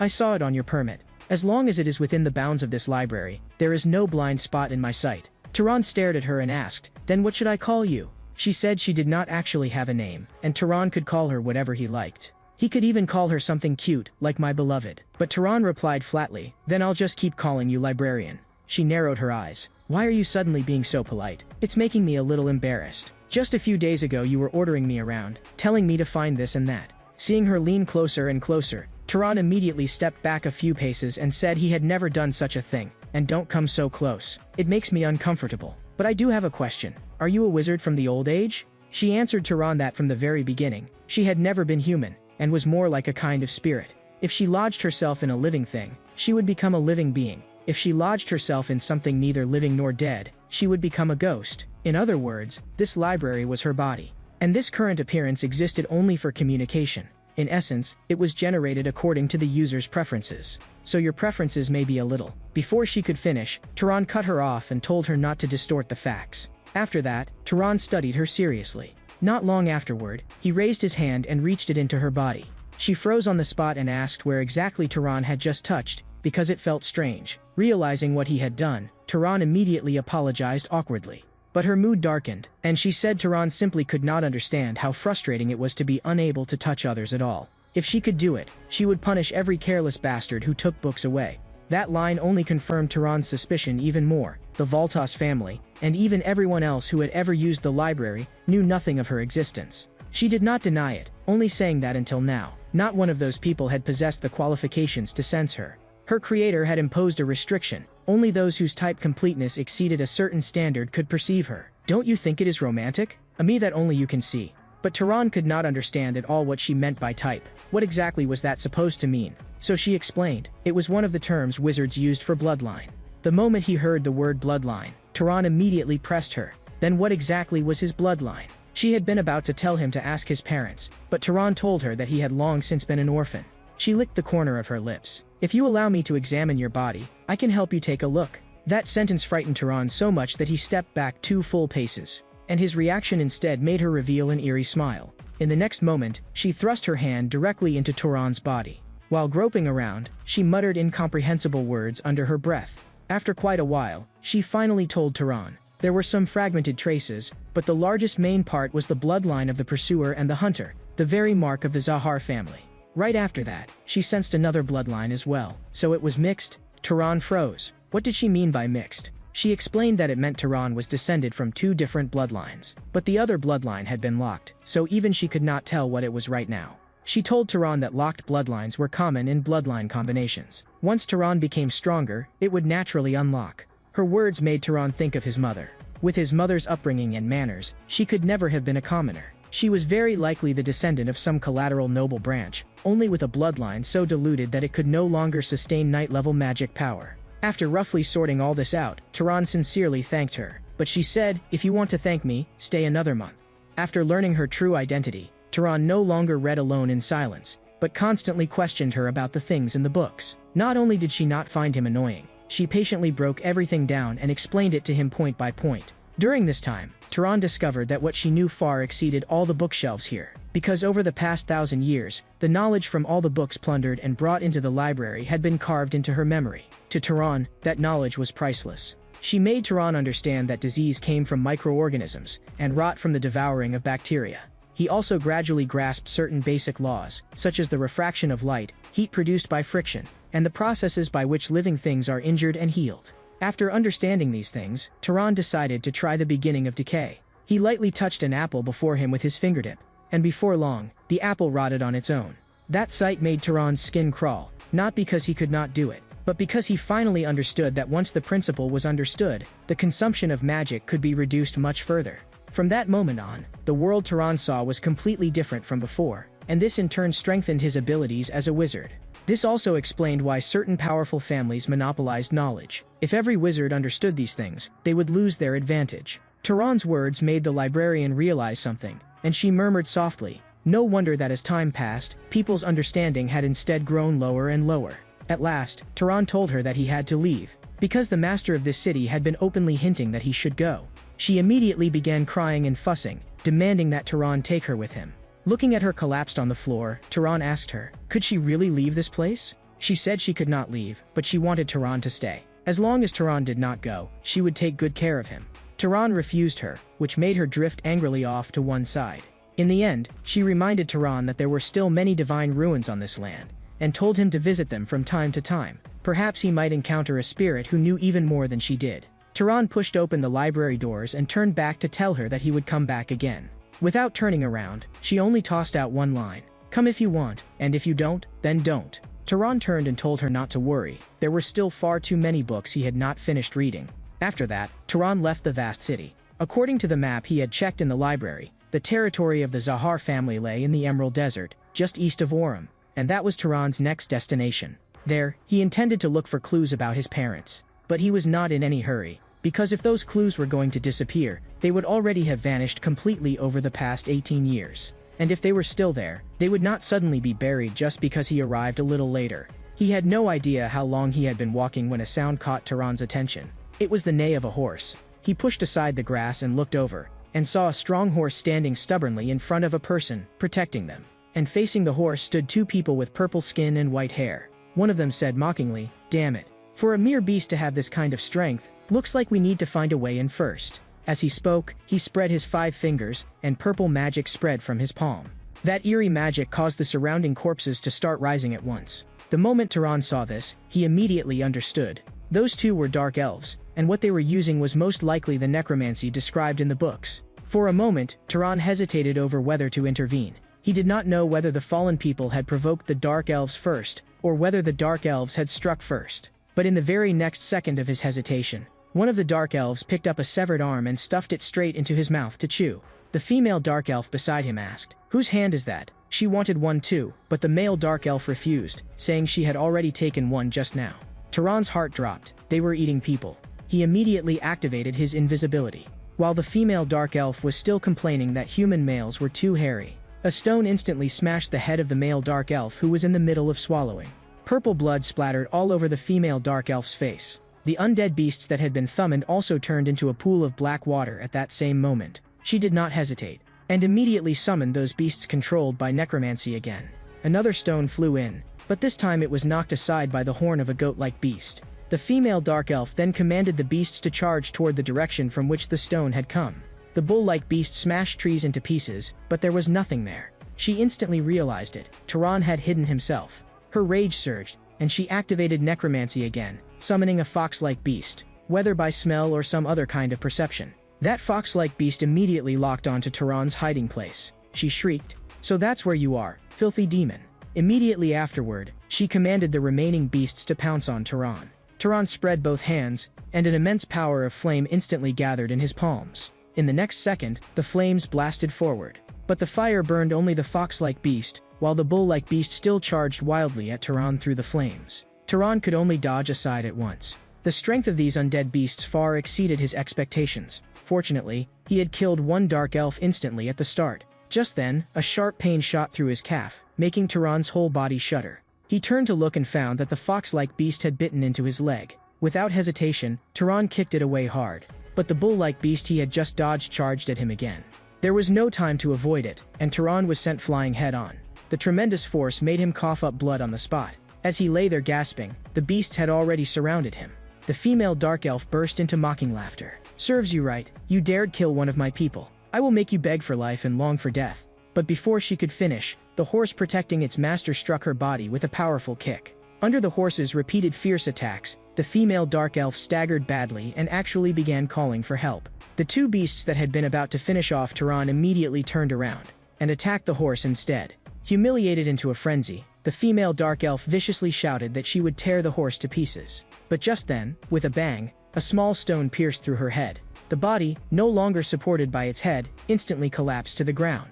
With the necromancy out of control, those beasts also melted into a pool of black water. Turan's lower abdomen was still cramping, and he was breathing harshly, only barely able to support himself on one knee. The horse walked over to his side and slowly drew near. Looking at it, Turan thanked it softly. If not for it, he would already have died just now. As night fell, the person protected by the horse finally woke up as well. But the moment he saw the scene before him clearly, he let out a startled scream. Meanwhile, Turan, sitting across from the campfire, did not even lift his eyelids. Only after his emotions gradually settled did he hesitate and ask Turan, "Who are you? Why are you here?" Turan looked at him and explained calmly, "I was the one who saved you from the dark elves." At that moment, the horse also came over to him and gently pressed close. The man immediately lit up with joy, stroked the horse's mane, and called its name, Tilly. Looking at the approaching horse, Turan also praised it. "It's clever. It knew to protect its master, and it even knew to drag you somewhere safer." After a few exchanges, Aziz gratefully told him where he came from. He was from the Burke family, and Turan also gave his own name. Not long afterward, Turan asked him, how had he gotten into conflict with the Dark Elves in the first place? Aziz said hoarsely that he had been traveling with his servants when that group had suddenly attacked them for no reason. He had long heard that other races were cruel, but he had never imagined they could be this cruel. At that point, tears began streaming down his face. After his emotions had stabilized a little, he apologized for losing control, saying that he had only fallen apart like this because he had lost the people most important to him. Turan asked, "Were they your family?" He shook his head. "No, they were the knights and servants who had watched me grow up and raised me from childhood." Turan paused slightly. This was a noble who actually cared about ordinary people. Turan asked again, "How many dark elves attacked you?" Then he added that he had already killed 2 of them. Aziz hesitated before saying, "That should be all of them." Turan closed his eyes and spread his senses through the surrounding area, searching carefully.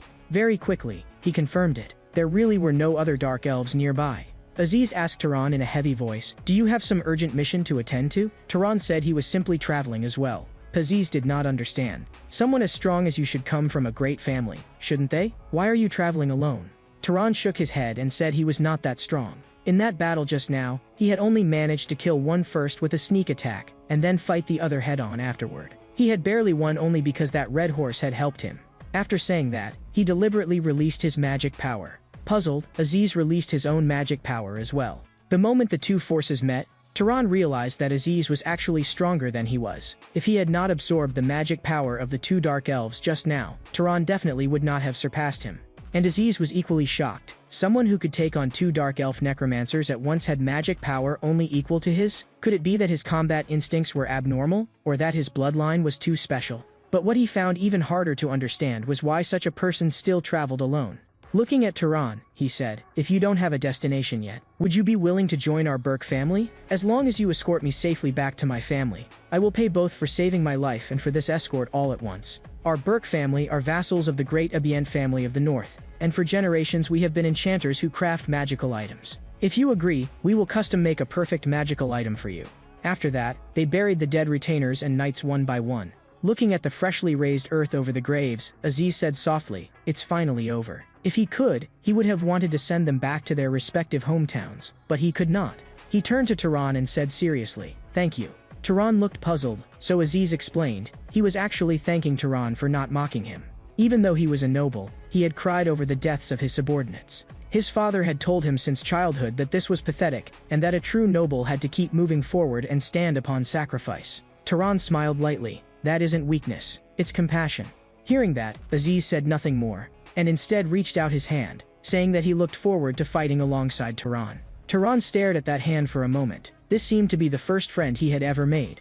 Then he reached out too and gripped it tightly, saying that he also looked forward to it. They had no idea how long they had walked when Aziz set an iron box down on the ground and asked Tehran whether he wanted to rest first or keep going. Tehran stared at the metal box and asked in confusion what it was. Aziz explained, it was a cold storage box, and inside was the food they had bought in the city. It could preserve most food for more than a week. As he spoke, he remembered something else and simply began introducing the magical items he had been carrying all along one by one. Some produced water at the press of a button, some could collect wood and build shelter, and others could sound an alarm.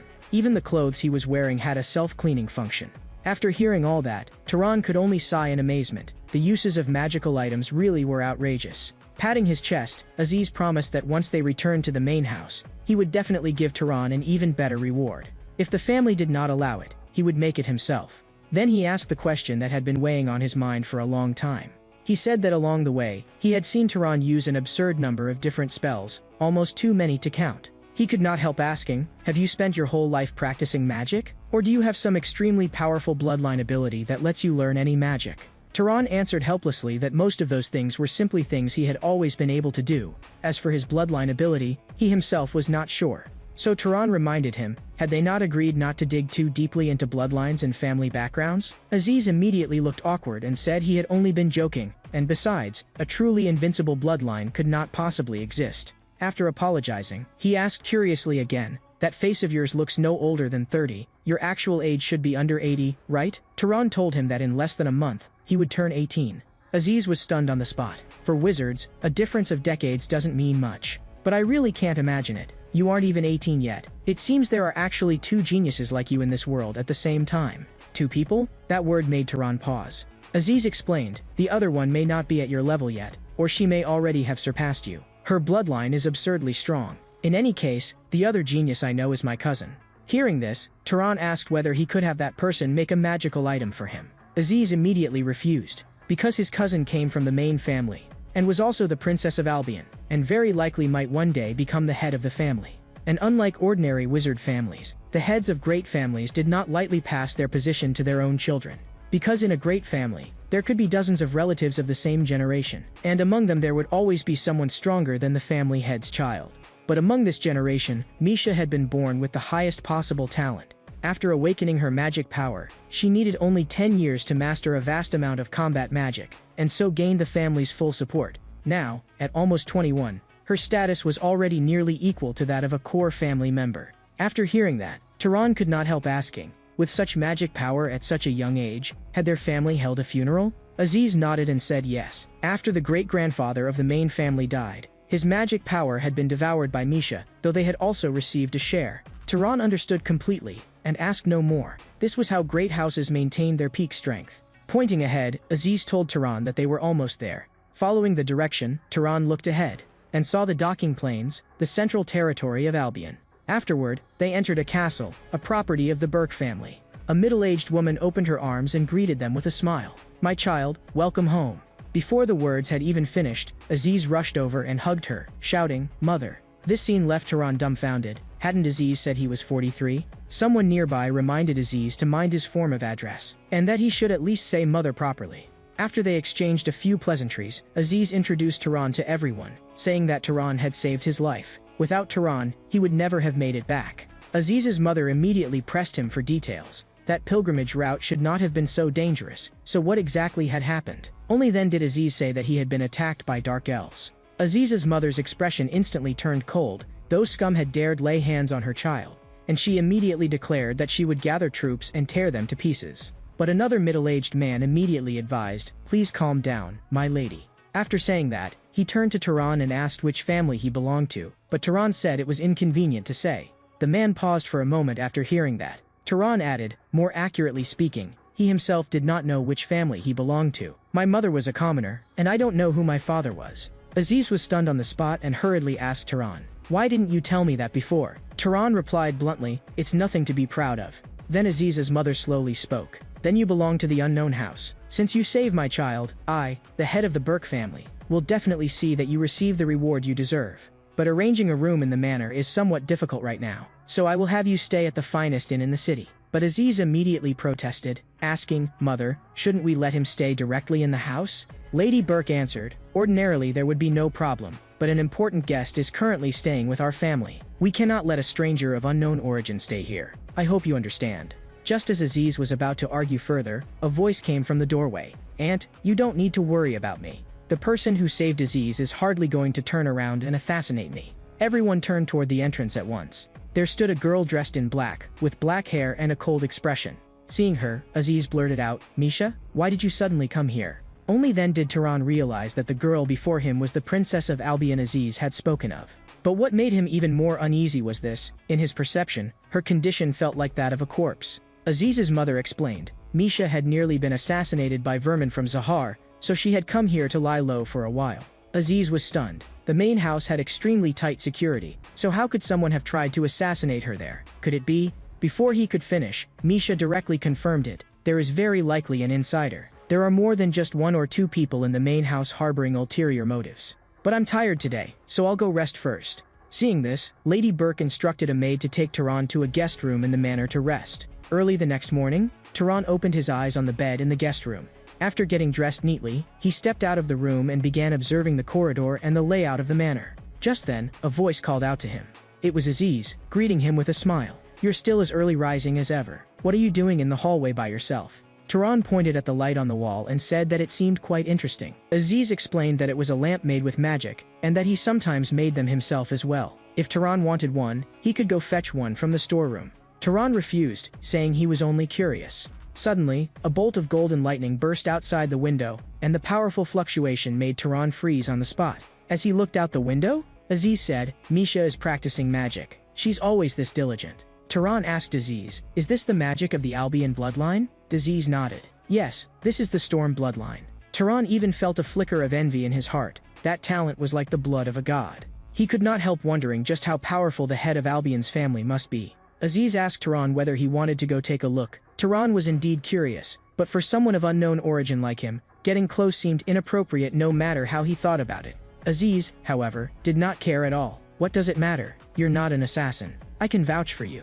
And besides, what I really want to know is, which of you two is stronger, you or Misha?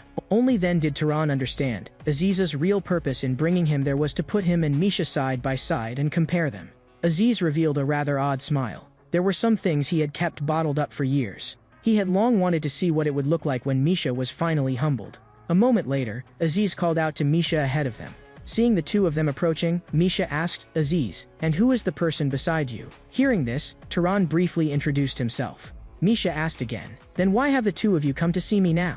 At that, Aziz scratched the back of his head and explained, Misha, it looked like you were practicing magic, right? So we wanted to join in. And besides, didn't we train together before? Aziz's words seemed to remind Misha of something. Oh, right. Back when we trained together, I learned a spell after trying it twice, while you spent a whole week on it and then ran off in tears afterward. Before the words had even finished, Aziz first turned to look at Tehran, not having expected that even Tehran would laugh at him. Then, with a helpless expression, he said, anyway, among all the people I've ever met, Tehran's talent is unmatched. How about the two of you have a duel and see? At the word duel, Misha fell silent and looked at Tehran. Then a dazzling golden magic power gathered before her, and a deep blue light burst from her eyes. At that moment, Tehran raised his head and looked toward the sky, where golden thunder began to emerge from the dark clouds. It resonated with the magic gathered before Misha, as if the lightning in the clouds itself were under her control. The moment he sensed this, Tehran's expression changed sharply in shock, and in the instant Tehran's pupils contracted, the clouds in the sky dispersed. It was as if that terrifying presence had never existed at all. Yet beads of sweat slowly ran down Tehran's face. At that moment, Tehran's entire body was drenched in sweat from the shock of that aura just now.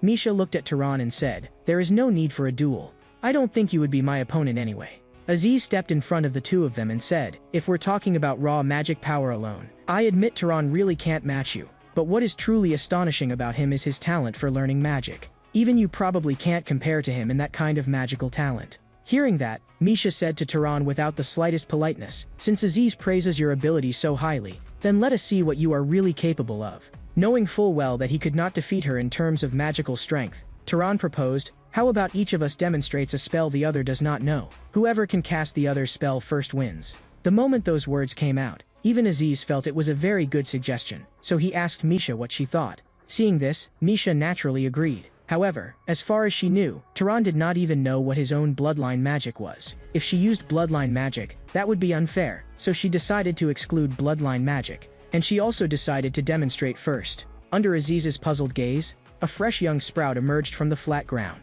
Immediately after, that sprout burst wildly out of the packed earth with unstoppable force, and in just an instant it wrapped itself around Aziz, and flung him high into the air. After doing this, Misha asked Tehran, "This is the magic of creating and controlling plants. Can you do it?" From the sky, Aziz shouted, "Let me down.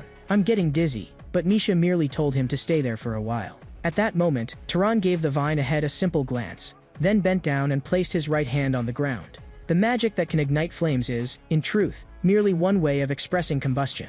And magic that creates water is really drawing invisible moisture from the air. So growth is no different in principle from those two. Its real function is to make the seeds buried underground grow at an extreme rate. In other words, this is not creation at all. It is only urging growth. That made Misha slightly surprised. She asked Tehran, "From what you just said, it sounds as if you immediately understood the essence of the magic. Have you seen it before?" When Tehran said he had not, she let Aziz down and said, "I suppose even Aziz can be right sometimes. Then it is your turn. Let me see what exactly you can do." Misha's words made Tehran think for a moment, because he knew very clearly that if he used magic from the Zahar bloodline, it would be no different from seeking death. Then Tehran looked to one side again, as if recalling something, and stretched out his right hand toward a flower bed nearby. Before long, a rustling sound came from the flowers, and the source was a mouse, which quickly darted out from the flower bed. Seeing this, Misha said, "Only animal control? Of course not. This creature is only a material as well." The moment Tehran caught the mouse, a deep blue magic power surged beneath his eyes, then coiled around the mouse in his hand, and the mouse's entire body seemed to begin rotting. Misha fell silent at once.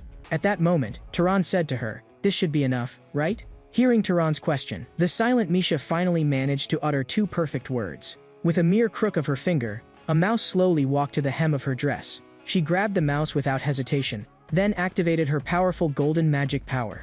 Yet even after a long while, the mouse showed no sign of rotting at all. Misha could not understand what Tehran had done. She knew very clearly that what he had done just now had definitely not been mere spellcasting. At that moment, Aziz asked Tehran, "How can you use magic like that? It's far too bizarre." Hearing this, Tehran said that he had simply thought of it on the spot. In truth, even Tehran himself had not expected that even a prestigious family like Albion knew so little in this area. This made Aziz say to Misha in a mocking tone, "Looks like the situation is not going very well. How about we just let our Tehran win directly?" But Misha immediately told him to shut up. "Do you think I can't do it?" In truth, causality was an extremely complex element in the use of magic. Whether the phenomenon one wished to trigger could naturally occur, whether the user clearly understood the magical steps behind that phenomenon, the total amount of magic consumed, and whether that amount was enough to bring about the phenomenon at all. Among these factors, the ability to perceive how magic was constructed was the key factor influencing both the success rate and the amount of magic consumed. Another way to make up for insufficient causality in magic was, in fact, simply to pour in a vast amount of magic power and compensate with sheer quantity. So Misha, not knowing the principle behind it, could only imagine making the mouse rot while it was still alive. Although the result did indeed match what she intended, the amount of magic power consumed reached an astonishing level. When Aziz saw this, he exclaimed, "It worked." Misha, having drained all her magic power, said while gasping, "I did it. I succeeded." But not long afterward, she collapsed to the ground in exhaustion. This made Aziz rush over anxiously, holding her as he asked what had happened. Tehran, however, was puzzled. Could it be because she had overused her magic? But simply exhausting one's magic should not cause unconsciousness. It seemed she was simply so utterly exhausted that she no longer had the strength to hold up her own body. Then Tehran observed her carefully. When he saw her palm, he seemed to understand something. He immediately picked her up and asked Aziz, "There shouldn't be any healing-type wizard here, right? Then bring some salt and water to her room." Misha in his arms genuinely startled Tehran, because she was so light that he could hardly tell whether he was holding a person or a small lamb. Perhaps from the very beginning, she had only been barely maintaining a body that she could not truly support. But now that last bit of magic was gone as well. A long while later, Misha finally barely woke up after exhausting both her strength and her magic power. Looking at her gradually regaining consciousness, the head of the Burke family asked with a worried expression, "Misha, what happened? Are you all right?" When Misha looked puzzled as to why she was lying in bed, the Burke family head said, "Aziz told me that you suddenly fainted while doing magical training with a guest. Is that really what happened?" Looking at Misha's silent expression, the Burke family head continued, "Could it be that that person did something to you? We have already kept him in the temple under observation." Hearing this, Misha told her, "No, it was not his fault. My collapse just now was my own mistake. My head hurts terribly right now, so please give me some time to rest." Seeing this, the Burke family head paused. "I made some soup for you. I know you do not eat because of magic, but you still need to think about your health and try to eat at least a little." When Misha remained silent, the Burke family head let out a sigh and turned to leave. But just as she was about to walk out of the room, Misha softly said thank you. Once she was alone in the room, Misha cast a light glance at the soup on the table, then reached out and picked it up, just as she lifted a spoonful of soup, and was about to bring it to her mouth. Something seemed to resurface in her mind. It was a terrifying scene, one in which her mother and younger sister kept begging her. The bowl dropped to the floor with a sharp crash. Misha's pale hands gripped the blanket tightly. Shaking, she covered her head, trying to stop herself from remembering those things. Meanwhile, in the temple of the lame goddess within the Burke family estate, a man lightly placed his hand on the hilt of his sword and told Tehran, "The doors and walls here are as solid as muscles tempered over 100 years. There is not the slightest gap in them. So don't even think of breaking through the wall and escaping." The speaker was none other than Leham Berg. Yet faced with such words, Tehran merely said simply that he understood, and that he truly had no intention of escaping. But Leham still insisted that those walls were extremely hard. Extremely hard. The seriousness on his face left Tehran unsure how to answer him. And just at that moment, Leham swung the blade he had just drawn. Tehran asked what he was doing, but Leham told him he was training.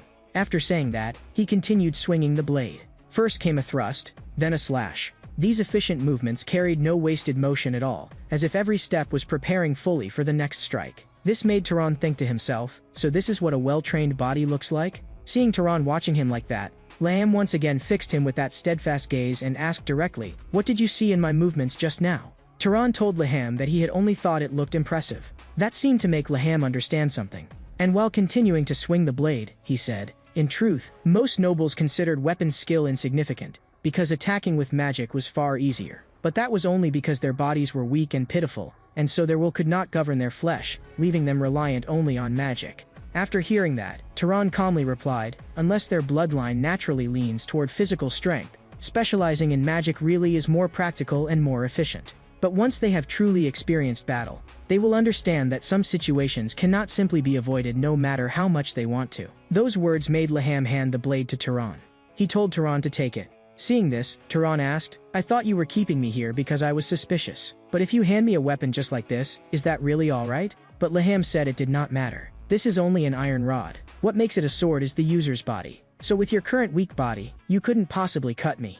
Hearing that, Tehran did not hesitate much and simply took hold of what he called an iron rod. Then, beneath Leham's steady gaze, he adopted a sword-gripping stance. Immediately, a deep blue magic power appeared all around Tehran's body. But this scene made Leham shout, "Do not pour any more magic power into the blade." Then, while adjusting Tehran's posture, he explained the principle behind it. "Put your center of gravity on your front leg, raise your hand, and overcome the weight of the blade." To this, Tehran respectfully said he understood. Leham praised him. "Good. Repeat it 10 times like that. Do not stop breathing. Pour your breath into your muscles. In truth, your body is actually rather good. If you ever get the chance, you absolutely must make time to train it properly." Although controlling magic power is the strongest means available to wizards, the body is still the primary foundation. A body tempered through countless trials can dominate the battlefield even without magic power, so I need you to understand that difference. Just as Tehran was listening to Leham and preparing to continue training, the doors of the goddess temple opened, and the one who entered was the head of the Burke family. After learning from Misha that it was not Tehran's fault that she had fainted, she came here to apologize to him. But Tehran did not mind, and only said that he was the one who ought to apologize. As a guest, what he had done earlier truly had been somewhat inappropriate. Yet she told Tehran that Misha wished to apologize to him formally, and asked whether he had time. When he met Misha, she said that she had felt deeply sorry after hearing that he had been confined to the temple because of her. while Tehran said that this had only been a necessary process, and that he was simply glad she was unharmed. After hearing that, Misha did not dwell on it any further, and instead recalled the magic from yesterday. She asked Tehran whether that spell that made animals rot was some undisclosed bloodline magic, because the amount of magic required to use it was simply absurd. But Tehran told her that it was not bloodline magic. In fact, as long as she understood the principle behind it, she too could use it very easily. That made her eager for Tehran to teach her. She said that if Tehran told her the secret behind that spell, then in exchange she would also teach him one of the secret arts of the Albion family. Seeing her like this, Tehran could only agree. So Tehran explained to her the exact principle behind it. Not long afterward, she understood the secret. The root of that magic was actually a spell that strengthened living organisms, except that the target being strengthened was a kind of microorganism no one could see. But because Misha did not know of the existence of microorganisms, her efficiency in using it had been so poor, even though she had succeeded in the end, that had ultimately been nothing more than a brute force method. Although Misha had to admit that she fell slightly short of Tehran in magical technique, she still wanted Tehran to tell Aziz that it had been a draw, because she truly did not want to see that fellow become unbearably smug after winning. Seeing Tehran agree without hesitation, she then prepared to tell him the secret art she had promised in return. Immediately afterward, she picked up a comb, and gently ran it through her hair. When objects rub against each other like this, they begin to attract one another, and that is. Before Misha could finish, Tehran said the very thing she had been about to describe: static electricity. This genuinely surprised her. Had he already known? After standing there blankly for a while, she praised the secret art as quite profound, but said she had not expected Tehran to have already understood the mystery behind it, and so she found herself troubled over what secret art she could possibly teach him that he did not already know. After thinking for a while, she proposed that until Tehran had received sufficient compensation, he should train together with her. She made it clear that this was only to repay what she owed him, and not because she particularly needed him. Tehran agreed without hesitation. Then starting tomorrow, let's meet in the garden every evening. That night at dinner, the table was filled with a lavish spread of food. The Berk family had said that although it was not much, they must make sure to eat and drink their fill. This left Aziz, sitting beside Tehran, deeply puzzled. He did not understand why his mother had prepared something so extravagant. He had never seen such a display even on his own birthday. Someone who did not know better would think that the Lord of Albion himself had personally arrived. That made Tehran understand that this meal was by no means an ordinary one. Aziz's mother said, "Then let us continue their earlier topic. My son once promised a powerful magical item as the price for saving his life. So, Tehran, do you have any thoughts on what kind of magical item you would like?" Hearing her ask, Tehran told her that he wanted an item useful for defense. Although it was easy to use magic to harm others, protecting oneself was much more difficult. So if possible, Tehran wanted this magical item to have the effect of defending against sudden attacks. But those words made Aziz's mother pause. She said that although she had made similar things before, she did not currently have a ready-made one on hand. Aziz volunteered himself, but his mother rejected him directly, because she did not want the Berk family to be shamed by it. Another person nearby heard this and raised his hand to indicate that he could give it a try, saying that he had recently completed a commission from the main house, and so had some spare time at the moment. After hearing this, the Berk family head asked how he planned to do it. In response, he said that if the purpose was to defend against sudden attacks, then it would be best to make it into something that could be carried on the body at all times. So he decided to make the magical item into an ornament such as a ring, earring, or necklace, so that the defensive power within the bloodline could be triggered quickly. The only issue was that it would take a month to make. At this, the Berg family head praised him. Though deliberately showing off one's child may seem a little ridiculous, Mello truly is a highly skilled wizard. His craftsmanship is not far below mine. So in essence, this means it will be an item made over the course of a month by a wizard on the level of the head of a family whose line has produced magical items for generations. Hearing that, Tehran asked her gratefully whether this was not a little too grand. But she told Tehran that compared with her son's life, it was not grand at all. Then she told Tehran that for the next month, he was to remain with their family as a guest, and to stay here with peace of mind. Aziz praised him and said, "It seems mother likes you quite a lot. Last night before going to sleep, she also talked with me for a while, and much of it was about you. Your magical talent does not fall behind Misha's, and most importantly, you have never been lazy in your training. So mother wants to recruit you into our family. After that, she will definitely shower you generously with favors, then make you owe her, and finally introduce you to a pretty young lady. And that is one of the ways she tempts people." In fact, quite a few wizards joined the Berk family in exactly that way. Aziz's words made Tehran feel that it would all be rather troublesome. But Aziz waved his hand and told Tehran not to worry about it. After all, the magical item is only a small gift meant to please you. Even if you accept it, No one will force you into marriage, because my mother is not that tasteless. Then he asked Tehran how he planned to spend the rest of the day. Tehran told him that he had promised to train with Lady Misha that evening. The moment Aziz heard it was in the evening, he immediately threw an arm around Tehran. He said that in that case, there was still plenty of time today. He told Tehran to follow him on patrol. Zavalin might not be the capital, but there were still many things here worth enjoying. When Tehran explained his own plan and said that on a day like this he wanted to stay in a corner and practice magic, Aziz grabbed Tehran by the collar and dragged him along, telling him that life was short, and he should enjoy himself while he could, friend. Not long afterward, they arrived at a casino. When he saw that Tehran had absolutely no interest in the place, Aziz began introducing one place after another to him. Just as he was enthusiastically telling Tehran about them, Tehran sharply noticed something. It was a sheet of paper posted on the wall. And the reason Tehran was drawn to that long illustrated poster was because the person drawn on it looked extremely similar to Cain. Yet the expression was completely different. After that they came to a shop where a stage play was being performed. The story took place in a place called the Demon Desert by the warriors of Albion. There was a knight named Cain there, and after enduring an unimaginably difficult battle, he repelled all invading enemies with power that seemed heaven-sent. After hearing the story, Aziz clapped happily. He asked Tehran what he thought of it. In response, Tehran praised it as truly wonderful. It really seems Cain's humility is second to none. He once told me he was just an ordinary knight. That made Tehran look forward even more to meeting him again. When they met next time, he would definitely ask whether this story was true. Early the next morning, when Tehran had just opened his eyes, he silently stared at the scene before him. Laham was there as always, with that same steadfast gaze. He was squatting stiffly by Tehran's bedside. Did you rest well? When Tehran looked puzzled and was about to ask why he was here, Laham told him that yesterday he had already thought Tehran's body was quite promising. So now he wanted Tehran to train with him. He said that a body did not become stronger by lying down. The only path was tempering.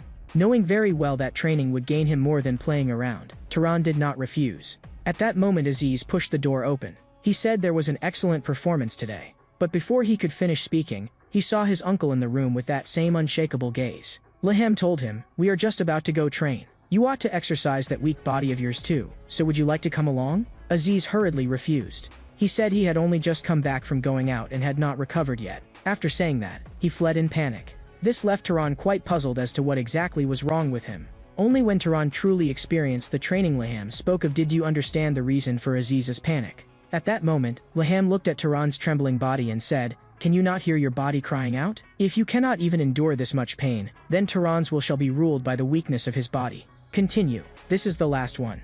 By the time he finished that so-called last one, Tehran collapsed to the ground in utter exhaustion.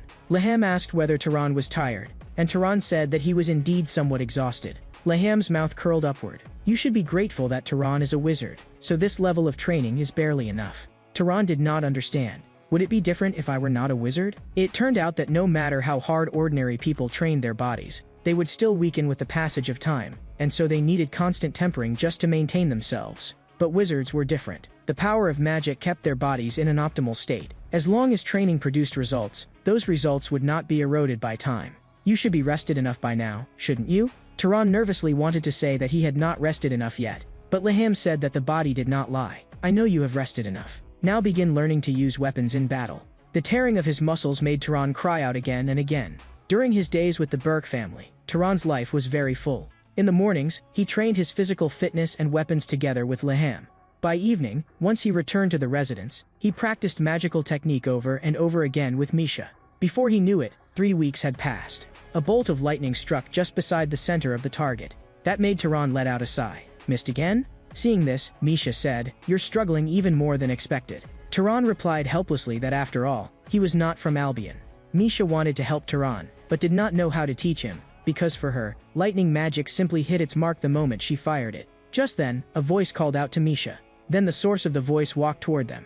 After giving Tehran a brief glance, the newcomer asked who Tehran was. Misha stepped in front of Tehran and said coldly to the man, "That is none of your concern. And why are you here? Had I not already informed the main house that no one was to disturb me during my rest?" Hearing that, the man told Misha that the family head was summoning her. The main reason was that dark elves had already begun rampaging across the south. They had captured 3 cities, and were now even assembling an expeditionary army. At this, Tehran's expression suddenly turned grave. It seemed they had finally appeared.